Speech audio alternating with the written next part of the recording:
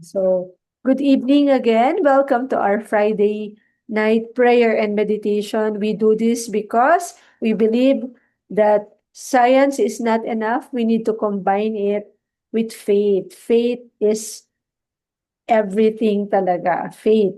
And also, kung wala rin namang action, wala rin naman yung faith. So, we really need to combine it.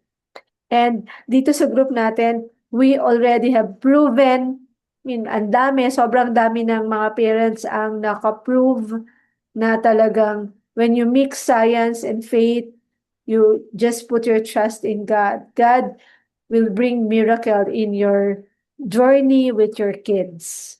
So yan na yung na-prove natin dito. Marami nang nakaprove niyan na nakita nila yung mga anak nila from non-verbal to becoming verbal, from being aggressive, violent, to now being submissive and listening and more improvements. I know na itong meron tayo is a journey, hindi ito isang click lang, wala talagang shortcut. Lagi ko yung sinasabi sa mga mommies na nakakausap ko, nakakatuwa kasi just very recently lang, I think the other night, may nakausap akong isang mommy and she was referred by a psychologist, no, dito sa group natin. Nakakatuwa naman na nire-refer ng mga doctors, yung ating, ano, even some doctors, nire-refer talaga yung ating support group para sa mga parents na may anak na may special needs. Ayan. So, now let's go to our meditation. Okay, we have a very powerful ako. I call this powerful talaga. Itong ano natin. Ayan. So, this is our topic, effective prayers. Ayan. Actually, lagi naman akong nag-ano sa ano mong ano ko, ano share ko. So this one, I know na napakaraming teaching on prayers, but this one is really parang more on the practical side. How do you make your prayers more effective? How to really have prayers that are answered by God? Kasi si God talaga lagi yung nag-answer ng prayers. Prayers talaga as in. Okay, so meron tayong munang sharing question before we go. Share the best answered prayers that you had. Ano ba yung pinaka the best answered prayer na na-receive mo kay God, na nag-pray ka talaga, then you receive that. So, chat nyo lang dyan. Pwede nyo ring i-unmute yung audio nyo. You can just say it. Or type nyo dyan sa chat section natin. Dyan sa chat box natin. Okay. So, ano ba yung pinaka-best answered prayers ninyo? Ayan. Dami, di ba? Many to mention. So, yung pinaka-the best lang. Siguro ako yung isa sa pinaka-the best na na-receive kong answered prayer from God is um, na yung asawa ko, magkaroon siya ng work na hindi na kami magkakahiwalay palagi. Yun yung isang ano ko na kasi hirap na hirap ako nung mga time na yun, hirap na hirap ako sa anak ko. Sabi ko, Lord, kailangan ko talaga yung asawa ko. So, in-answer naman ni God. So, ngayon, palagi na kami magkasama. Di ba yung laging nandyan para pag may kailangan ka, may katuwang ka. So, yun yung isa sa answered prayer na na-receive ko. Na God has given him another work na parang same work, pero hindi na magkalayo. Ayun. Ano pa ba? Oh, my daughter, sabi ni Mami Lily, oh, di ba? Kasi minsan, di ba, kala mo di ka na magkakaanak. Pero, blessing, nagkaroon tayo ng anak. Sabi ni Mami Ann, magkaroon ng anak after 12 years. Aba, ang tagal ng kanilang pinag-intay. Mami Ann, 12 years. Siguro yung sobrang pag-iintay mo niyan, parang akala mo, magkakaroon pa kaya ako ng anak, di ba? Pero God answered prayers. Mami Kati, madami, pero ang pinaka-the best ay yung nakapagsalita si Adam at na-address niya yung health issue niya nung baby pa siya. Amen? Praise God, di ba? Sabi ni Mami Lot, may mama and papa's healing. Yes! Healing talaga is really, the best talaga yan. Lalo na yung akala mo hindi gagaling pero pinagaling ng Lord. Di ba? Galing. Oh, sabi ni Ma'am Charm, having a healthy family. Yes. Yung mga anak ni Ma'am Charm, mga ano talaga, mga healthy. Na-meet ko yung mga anak niya, ang tatangkad. Ayan. At ang babait. Oh. So, after 7 years pala, sabi ni Mami Lily, after 7 years ng pag-iintay, o di ba, the Lord answered. Galing talaga. Sabi ni Mami Mel, madami po pero one of the best, my healing po from chronic disease. Thank you, Lord. Di ba? Chronic illness. Amen. Totoo yan. Thank you, Lord.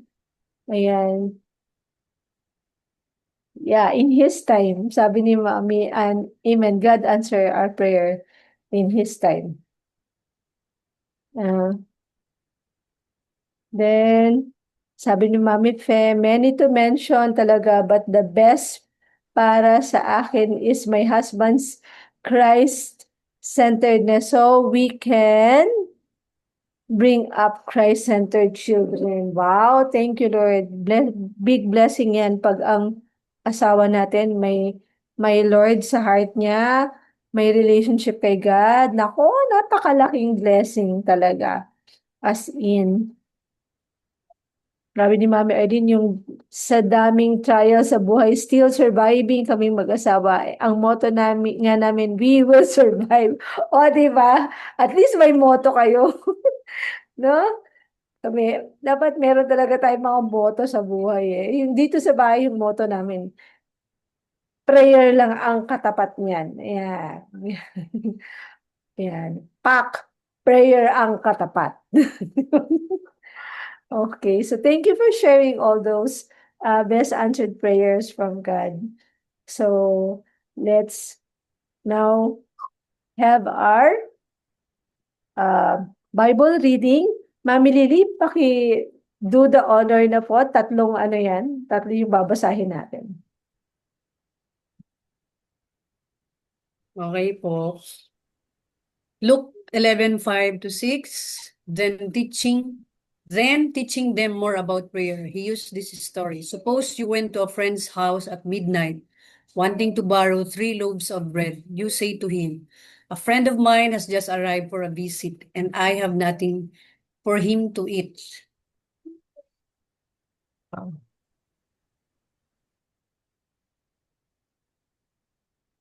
Ayan. And suppose he calls out from his bedroom, don't bother me.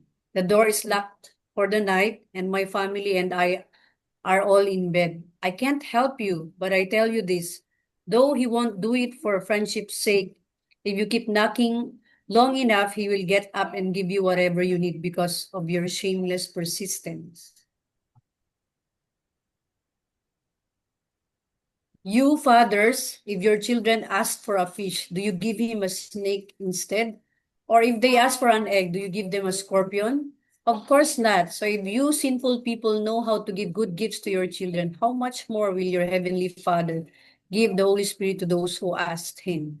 Amen. Amen. Let's pray.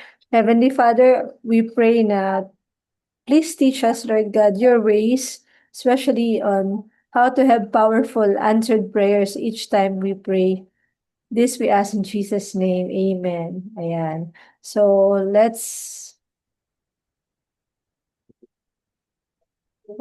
pahabol si Mami Shinaret. Ang dami kasi pero ang hindi ko nakalimutan yung hindi namin ine-expect ang blessing na makapag-abroad si husband. O, iba din kasi ang plan ni God. Ang hiniling lang namin na mag-work yung business na inopen nila pero iba yung ibinigay. Amen, 'di ba? May plan ang Lord. Tama ka diyan. Whatever the plan of God, we submit to it. Ayan. So now, let's go to our lesson. What makes prayer powerful and effective. So I have listed 7 things that makes prayer powerful and effective. Number 1 is relationship. Sabi dito sa Luke 11 verse 2, Jesus said, "This is how you should pray. Father, may your name be kept holy. May your kingdom come soon." In John 15:7, it is said, "But if you remain in me and my words remain in you, you may ask for anything you want and it will be granted." Okay. So, one of the best reason na talagang ma-answer yung prayer natin is our relationship with God. Ayan. 'Di ba? Ang hirap kasi kung halimbawa hindi mo kilala yung humihingi sa'yo ng tulong o yung humihingi sa'yo, 'di ba lagi ko 'tong ini-example, if a stranger ask help from us, lalo na 'di ba sa online, mapapagkamalan pa nating scammer at hindi natin talaga basta-basta tinutulungan. But then if our kids, kung ang anak natin, ang kamag-anak natin, ang nanay natin, ang kapatid natin, ask from us, because of the relationship we have, we give it. So that's why, napaka-importante ang relationship natin sa Lord. Okay? Yan talaga yung isa sa foundation. Because we have a relationship with God, God listens to us. That's why sabi nga rito, ni Jesus, Father. Tapos tinuturo niya talaga sa mga, ano niya, mga disciples niya, your heavenly Father. So, ini-emphasize niya yung relationship natin sa heavenly Father. And, sabi niya naman dito, if we remain in Him. Nakakatuwa nga to kasi sabi dito, my words remain in you. If you remain in it, you may ask for anything. Parang binigyan ka nito ng ano blank check. Anong gusto mo, anak? Okay, ilista mo na. Di ba? Ask anything and it will be granted. Sinabi yan ng Lord, tutuparin niya yan if we remain in Him. Okay? So number 1 is relationship. What makes prayer powerful? Our relationship with God. Kung we are going deeper and deeper in our relationship with God, makikita natin talaga yung mga answered prayers. Number 2, righteousness. Sabi dito, therefore, confess your sins to each other and pray for each other so that you may be healed. The prayer of a righteous person is powerful and effective. Lagi itong binabanggit, lagi itong kino-quote. The prayer of a righteous person is powerful and effective. Righteous ba tayo? That's the question. Are you righteous? Matuwid ba tayo? Wala ba tayong kasalanan? I'm sure alam natin hindi, di ba? Na may mga kasalanan tayo. Kahit araw-araw may nakukumit tayong kasalanan. Pero ang sinasabi nating righteousness natin, yung katuwiran natin sa mata ng Heavenly Father ay yung sacrifice ni Jesus sa cross. Yung sacrifice niya sa cross, yun yung binayaran ni Jesus yung kasalanan natin ng sarili niyang dugo. Yan yung righteousness natin. Kaya sa mata ng Ama, we are righteous. Kung tinanggap mo si Jesus sa puso mo as Lord and Savior, you are righteous. Sabi dito, and be found in Him, not having a righteousness of my own that comes from the law, but one that comes through faith in Christ. So yung righteousness natin, it comes through faith in Christ. The righteousness from God that depends on faith. This verse highlights that our righteousness is not based on our own efforts to keep the law, but on the righteousness that comes through faith in Christ Jesus. So, are we righteous? Are you righteous? Yes, kasi we are already washed by the blood of Jesus. Nung tinanggap natin si Jesus sa heart natin, naging righteous tayo. Nilinis niya tayo ng kanyang dugo. Kaya sa mata ng Heavenly Father, kung halimbawa nakita niya nagkasala tayo, di siya nasusupresa. Pero kung nag-ask tayo ng forgiveness, ifo-forgive pa rin niya tayo. Ayan. O pahabol ni Mami May, every time magkasakit kami, dasal ko lang na maging ok, talagang naging ok kam o kami po. O, di ba? Yan nga yung isa sa mga pinagpe-pray talaga namin pagka umaga. Bago kumain, nagpe-prayer. Isa sa prayer of thanksgiving namin talaga yan, Mami May, na Lord, each time nagkakasakit kami, pinapagaling mo kami. Thank you, o. Yun, di ba? So, yan. So, number one, ano nga yung number one? Relationship. What makes your prayer powerful? Relationship. Number two, righteousness. Kasi sabi ni God yan, the prayer of a righteous person is powerful and effective. Kaya kung napapansin nyo, di ba, eh, may lamok. Kung napapansin nyo, sa mga playgroup natin, di ba, ang una nating ginagawa is pinapa-accept natin yung mga parents kay Jesus. Yan talaga yung first step. Bakit? Kasi kapag tinanggap mo na si Jesus sa heart mo, you become a righteous person. And every time you pray, sabi dito, the prayer of a righteous person is powerful and effective. Ayan. So, number three is fasting. Okay, isang bagay na talagang powerful yung prayer kung samahan mo pa siya ng fasting. In 2 Chronicles 20 verse 3 to 4, then Jehoshaphat was afraid and set his face to seek the Lord and proclaim a fast throughout all Judah, and Judah assembled to seek help from the Lord. From all the cities of Judah, they came to seek the Lord. Ito yung time na grabe yung kalaban nila. Sobrang dami. Super, super dami na talagang sigurado na silang matatalo pag kinalaban nila. Parang 'di ba ngayon 'di ba yung ano ba yung news ngayon, 'di ba? Yung war of Iran and Israel. 'Di ba nagkakaroon ng war ngayon? So imagine niyo na lang na nung unang panahon may war din, may mga talagang mga war na yung isang maliit na nation tapos biglang lulusubin siya ng napakaraming mga mga kawal, yung, diba, mga soldiers na makikita mo from afar na ang dami nila, paano mo haharapin yung ano na yan, war na yan kung sobrang dami, diba? So isa lang ginawa nila, nag-fasting. They fast kasi sobrang takot na nila, nag-fasting sila. And the Lord helped them, hindi sila kumilos. Ang nangyari, yung mga kaaway nila, sila yung nagpatayan sa isa't isa, no? So, it happens. And yung fasting kasi, sa pag binasa mo yung Bible from beginning to end, no? Kita mo yung mga story of people na talagang if they need God, sobrang kailangan nilang ng miracle, they fast. Ayan, nagpa-fasting talaga sila. And they receive miracles from the Lord. Ang tawag ko nga dyan is divine intervention. Kung kailangan natin ng divine intervention, then we really need to fast. That's why dito sa group natin, nagpa-fasting tayo kahit pa paano, tinatry talaga natin para sa mga anak natin. Okay?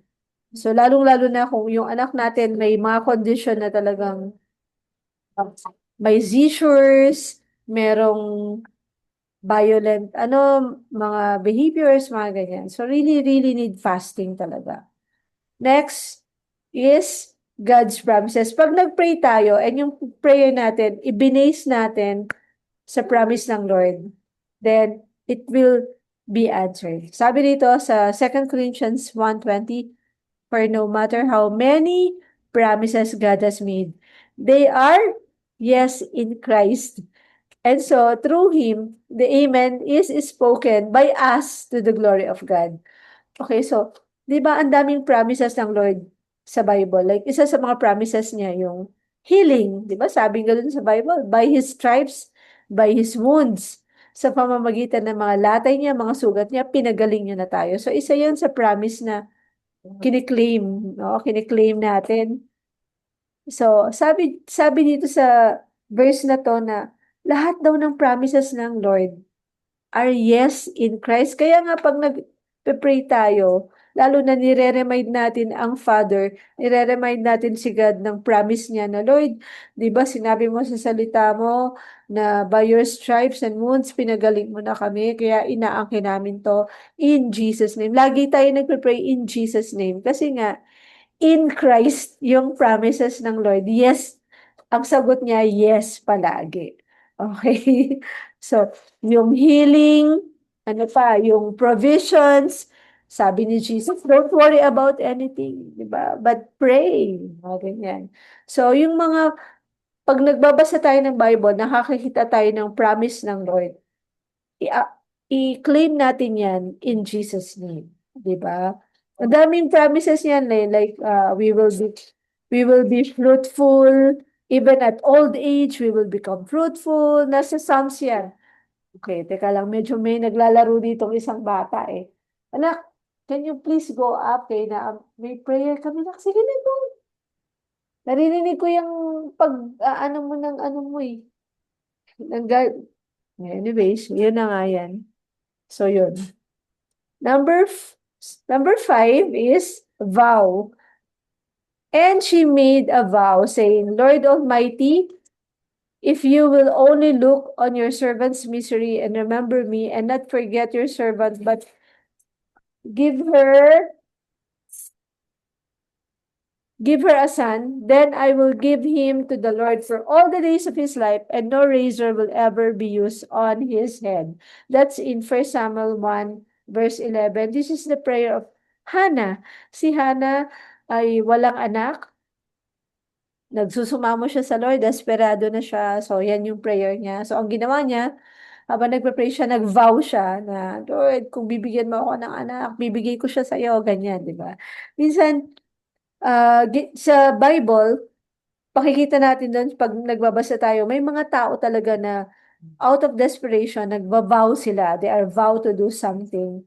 And ang ano lang dito sa vow kasi is pag nag-vow tayo, kailangan natin tuparin, di ba? So, minsan pag nagba-bargain tayo sa Lord, then we need to fulfill the bargain.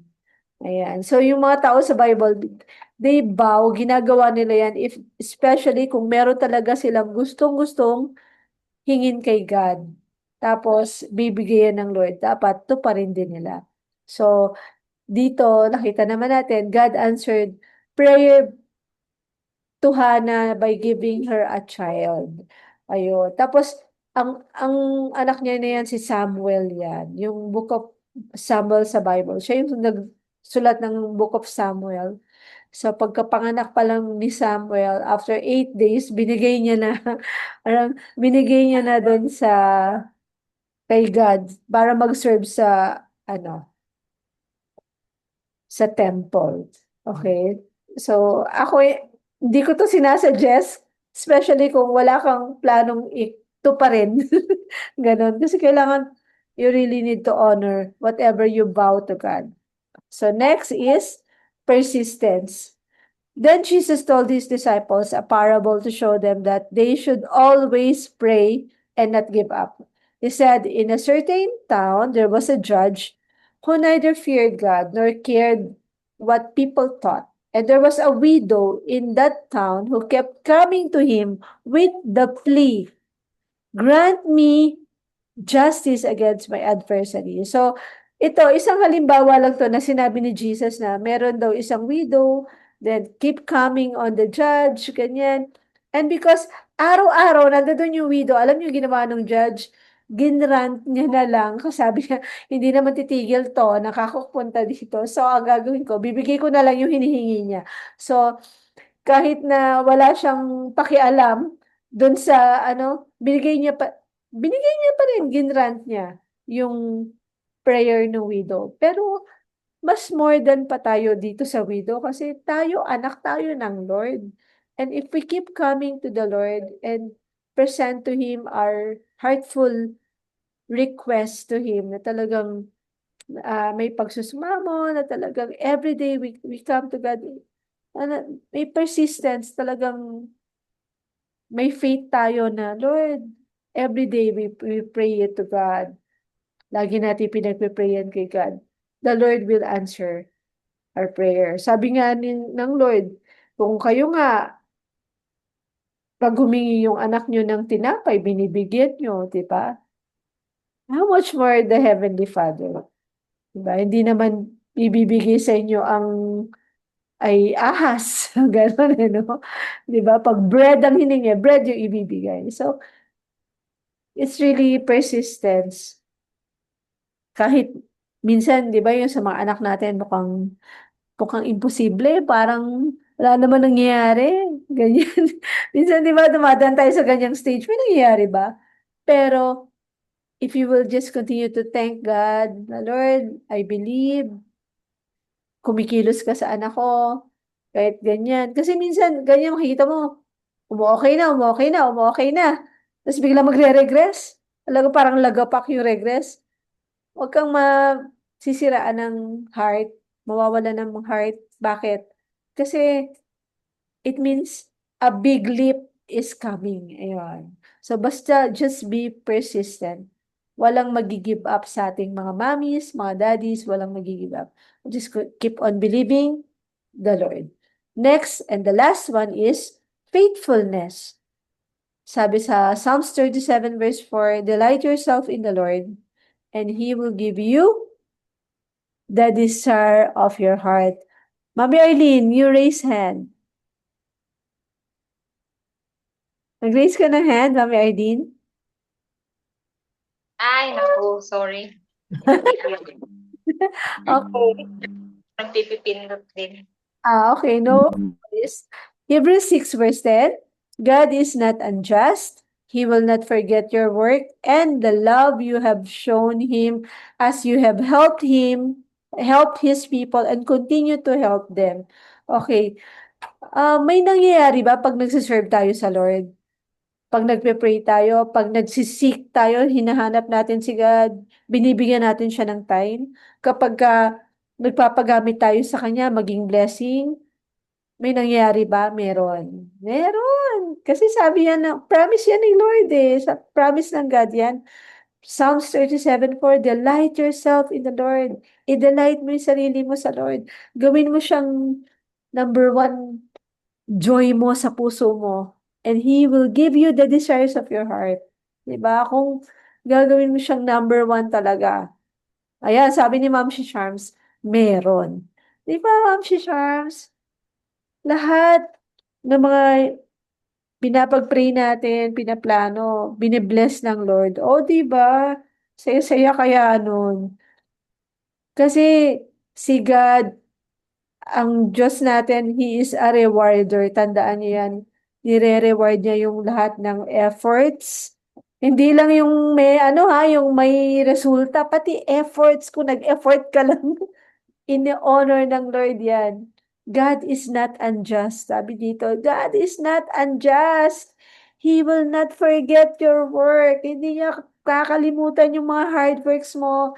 Nag-serve ka sa community, pinagsilbihan mo siya, ino-honor mo ang Lord, sinishare mo yung goodness niya sa iba, ini-encourage mo yung ibang tao. Sabi, He will not forget your work and the love you have shown Him as you have helped His people. Ito, nagpe-pray tayo, di ba? Dito sa group na to, nagpe-pray tayo. Hindi naman tayo naglalaro-laro lang dito eh, o parang wala-wala lang. Hindi. We pray for ourselves, we pray for our kids, and we pray for other people, di ba? So, kahit dito, ginagamit tayo ng Lord. Di ba? Nagiging blessing tayo. Sabi dito, the love you have shown Him as you have helped His people and continue to help them. Yung mga pagpapagod natin, minsan, di ba, like, yung mga nakakasama ko dito sa support group meeting, o kaya yung may mga community service din kayong ginagawa. Nakakapagod kaya yun.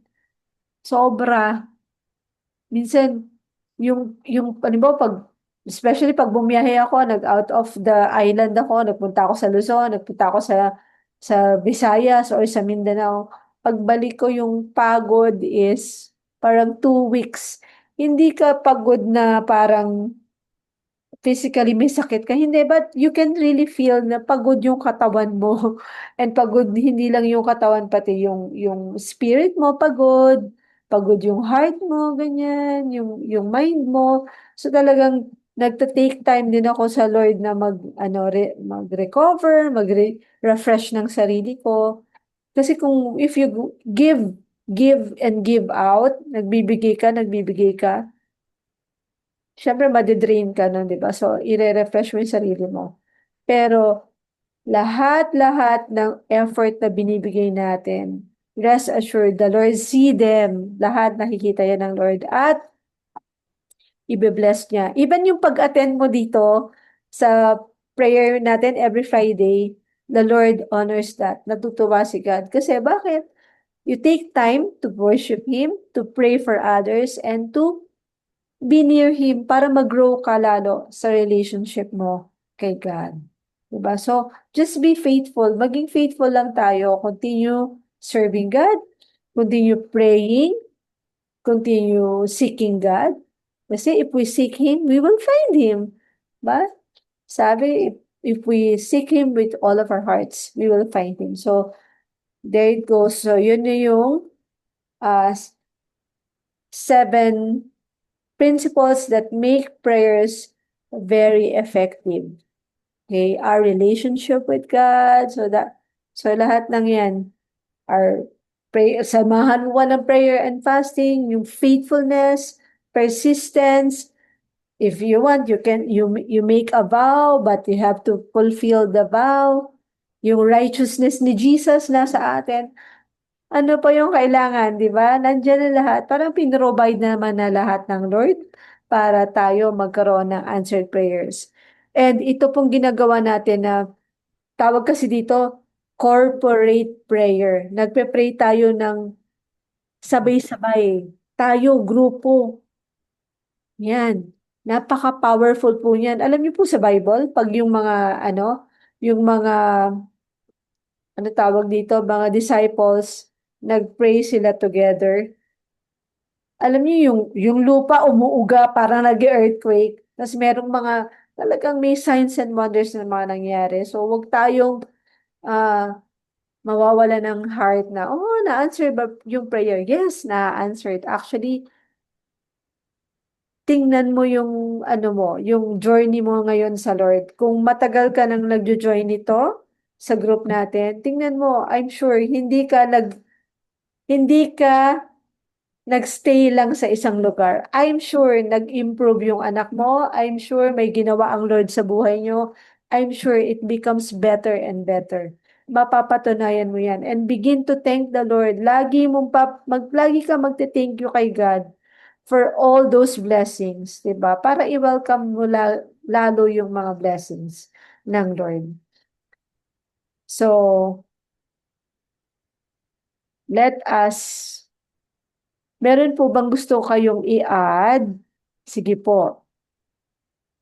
Share po kayo ng another additional lesson po sa aking share ngayon.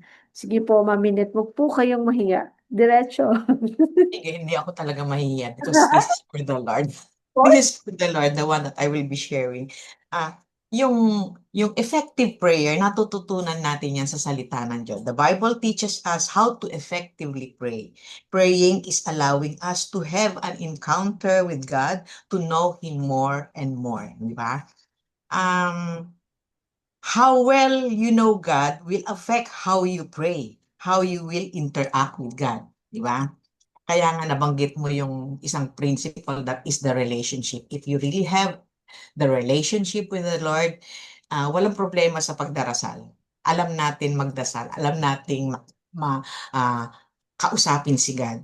Sabi nga connecting to God in true prayer is through recognition that God is our Father and the King, realigning ourselves to His will and relying on His provision, physical, spiritual, and the future that will come.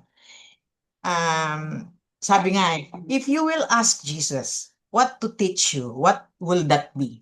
Yung mga disciples, Di ba sinabi sa Luke 1:11, yung mga disciples hindi nila inask si Jesus na turuan silang how to make miracles, marami silang dapat itanong, ipaturo kay Jesus. Pero ang ipinaturo nila kay Jesus ay paano magdasal, hindi ba?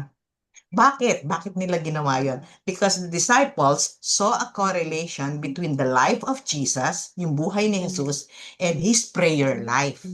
They saw that the secret of life and the power of Jesus in the ministry is because of his prayer life.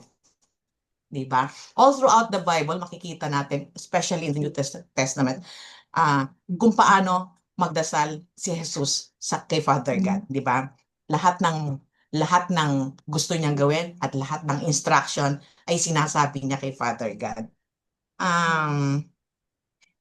Jesus took his instructions from God, the Father, by spending time with him through prayer. Jesus has the habit of praying. Kaya gayahin natin si Jesus. We must have that habit of praying. Hindi ko alam, hindi ko alam kung ano ang prayer life natin ng bawat isa sa atin dito, di ba? Pero Andrew Murray said, isang Christian pastor in South Africa said, the sign of prayerlessness is a proof that life of God in the soul is in deadly sickness and weakness. Di ba? Actually, ako nandun pa rin ako sa journey ng pag-aaral ng tama at effective na prayer. And to do that, for us here, it is very reliable to do, to search, to know how to pray effectively, to read the Bible, which is the Word of God. Prayer is a communion with God, both talking and listening, and is practicing the presence of God. Sabi rin ni Richard Foster, a theologian, prayer is the central avenue God uses to transform us. Yun. Thank you po, Mami Net. 'Di ba? Communion with God. Talagang deep, sabi nga ni Ma'am Charm, deep relationship with God. Actually, pag minsan, natatawa ko pag minsan may pinapapray ako, no? Diba? Ikaw nga yung mag-lead sa prayer. Ayan na, nahiya na, natatakot na. Kasi hindi nila alam kung ano sasabihin nila. Pero sa totoo lang, prayer is just talking to God. Yeah. Sabihin mo lang talaga kung paano nakipag-usap sa friend mo.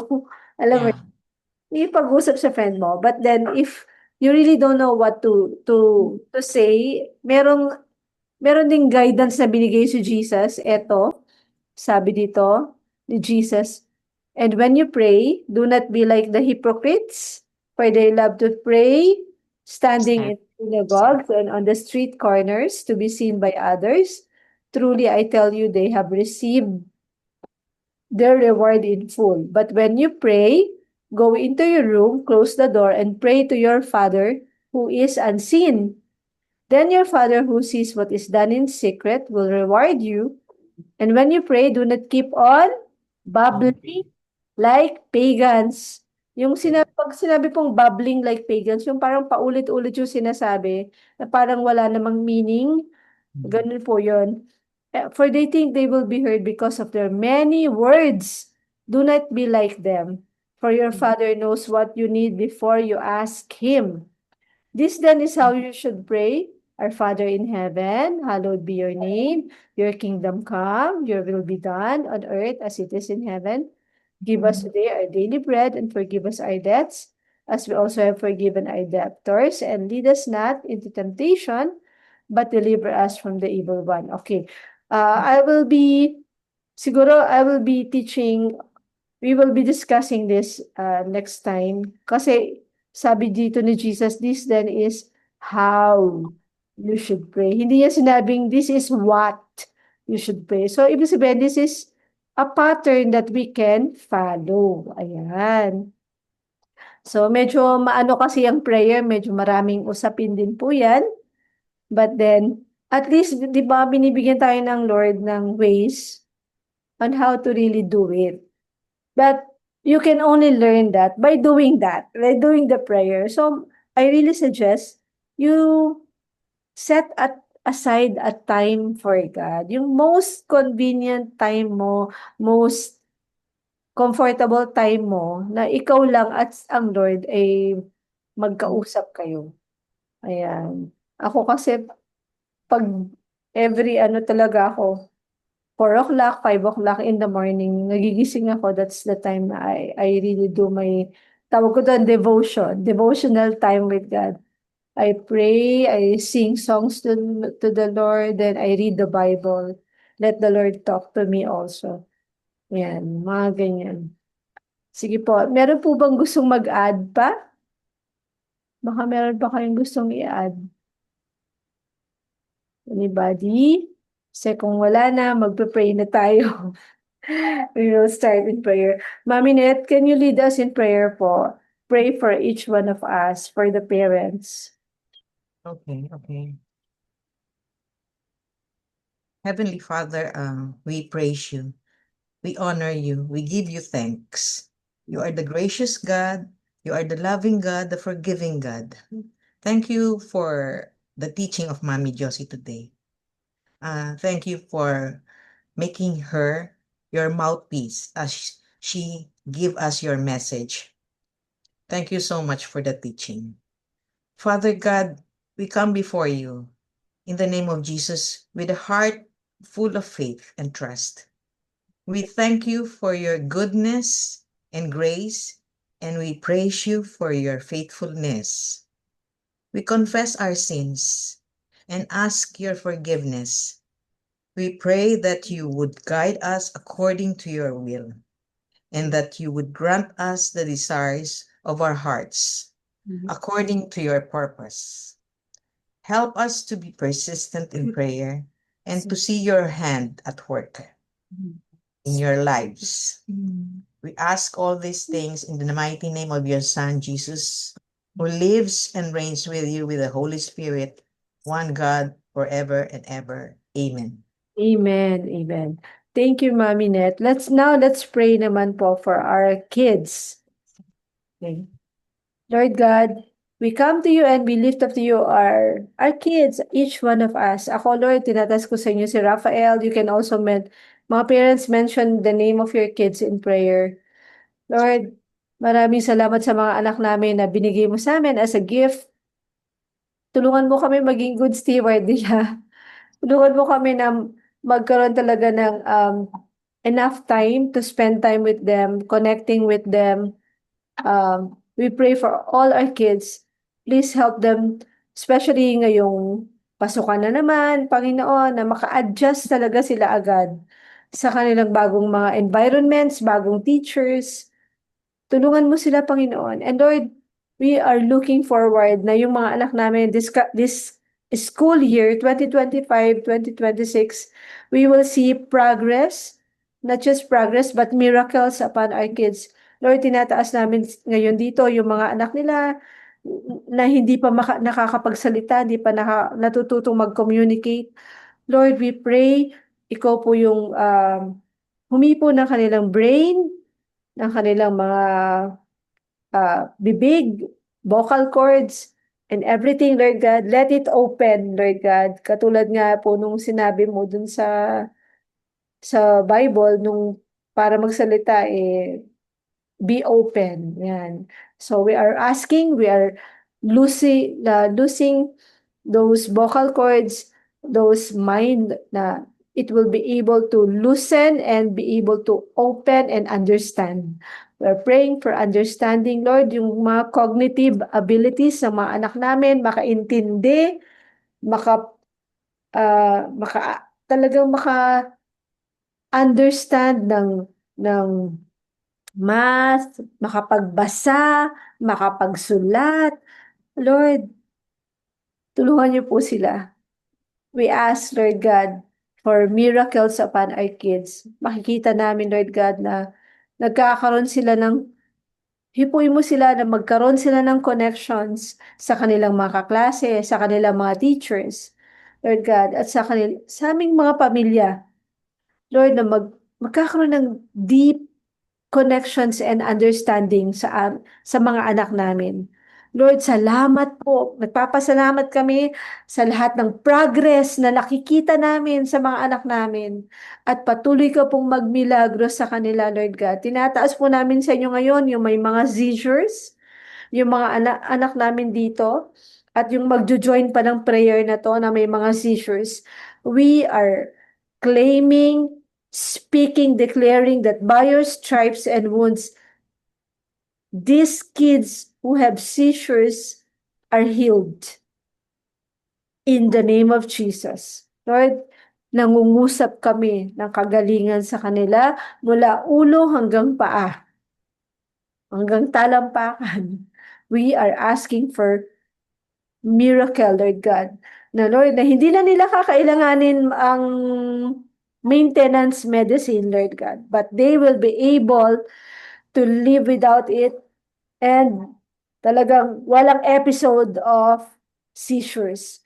And Lord, for those kids na alam namin na ang kaaway kumikilos sa kanila, nagbibigay ng mga chain, ng tanikala sa kanila, nagkukulong sa kanila sa isang mundo na hindi sila makalabas. Lord, right now we bind the work of the enemies upon them, and we loosen those chains upon them, Lord God, and we speak wholeness, healing, great miracles, and improvements in each one of our kids, oh God. We thank you, Lord, that nothing is impossible for those who believe. Nothing is impossible with you. So, Lord, we thank you that in you, our kids have a wonderful, wonderful future. Kay sinabi mo yan, Lord, sa Jeremiah 29:11, that you know the plans you have for our kids, plans to prosper them and not to harm them, plans to give them hope and a good future. Lord, nire-remind po namin sa inyo, nagsusumamo po kami sa inyo, yan po yung promise ninyo para sa amin. So Lord, humahawa kami, we hold on to your promise, O God, for a good, wonderful future for our kids. So we commit to you our kids, O God. We thank you that in you our kids is really in good hands. Thank you, Lord. In Jesus' name we pray. Amen. Ayan. So ngayon naman, let's pray for our outreach mission in Daan Bantayan. We're going to go to Daan Bantayan on July 4 and 5. Let's pray na i-prepare ng Lord lahat, at pati yung mga parents doon, i-prepare niya. At hindi lang yon, kasi alam niyo kung saan tayo pumupunta, nag-i-spread talaga yung yung blessing ng Lord, nag-i-spread. Nag-i-spread yung salvation, nag-i-spread yung mga tao, at least nakakakilala sila at sa Lord, at nalalaman nila na may hope talaga sa Lord. So let's pray. Let's pray. Father God, tinataas po namin sa inyo ngayon ang aming outreach sa Daan Bantayan on July 4 and 5. Actually, marami pa po kaming plans. Lord, we are asking for your favor sa place na sana po payagan po kami dun sa place na yon na wino-workout namin. We're asking for workers na talaga pong may mga tumulong sa amin, mga kabataan. We are also praying for provisions for snacks, provisions for the pagkain po, yung mga bata, yung mga parents. Lord, we are also asking for traveling mercy kasi napakalayo po ng lugar na yon. Takes 3 to 4 hours of travel. Lord, we are asking for traveling mercy and protection to be upon us. Lahat kami napupunta doon. Sila Mami Mami Lala, kung sino pa man po yung sasama sa amin, pati mga anak namin nakasama namin. And Lord, i-prepare niyo po yung hearts ng mga tao na pupuntahan namin doon, that they will really receive salvation, they will receive favor, they will receive understanding, matutulungan sila paano nila matutulungan yung mga anak nila, Panginoon. Maraming salamat po sa provision mo. Ikaw po talaga ang nagbibigay ng provision po para sa amin. Maraming salamat Panginoon, sa lahat ng pagkilos mo sa buhay namin, na ginagamit mo kami para maging blessing sa ibang tao. Maraming maraming salamat. Napakabuti mo, Lord God. Wala kang talagang katulad, Lord God. We thank you for more open doors. We thank you for favor, pati sa community doon, sa local government doon. Salamat, Panginoon. Napakabuti mo. We are already claiming for the success of our meeting, Panginoon. In Jesus' name, amen and amen. Ayan. So, before tayo take picture, na kami nakalimutan ako. Even affected. Hindi ka makikita. Ayan. Eto, to. Yan. Sabi ko sa, Therefore, I'll tell you whatever you ask in prayer. yeah. Sige po, basa. Big fish. Ay, thank you sa kiss na yan. As a nation, Ah. citrus. Nasa ano pa ako? Nasa prayer. Mamaya, I'll talk to you, okay? Therefore, I tell you whatever. I tell you whatever Sige, go ahead. you Diane. ask for prayer, believe that you have received it, and it will be yours. Yun. Wow, yes.